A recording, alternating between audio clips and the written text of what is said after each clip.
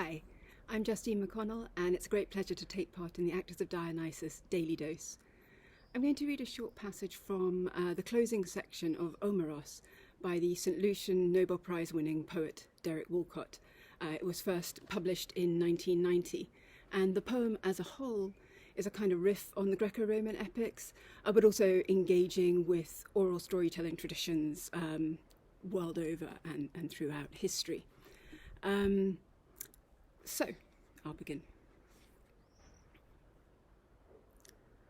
I sang of quiet Achille, Apholabe's son, who never ascended in an elevator, who had no passport for the horizon needs none, who never begged nor borrowed, who was nobody's waiter, whose end, when it comes, will be a death by water, which is not for this book, which will remain unknown and unread by him.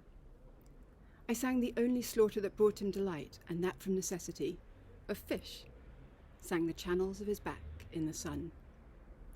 I sang our wide country, the Caribbean Sea, who hated shoes, whose soles were as cracked as a stone, who was gentle with ropes, who had one suit alone, whom no man dared insult and who insulted no one, whose grin was a white breaker cresting, but whose frown was a growing thunderhead, whose fist of iron would do me a greater honour if it held on to my casket's oarlocks than mine lifting his own when both anchors are lowered in the one island.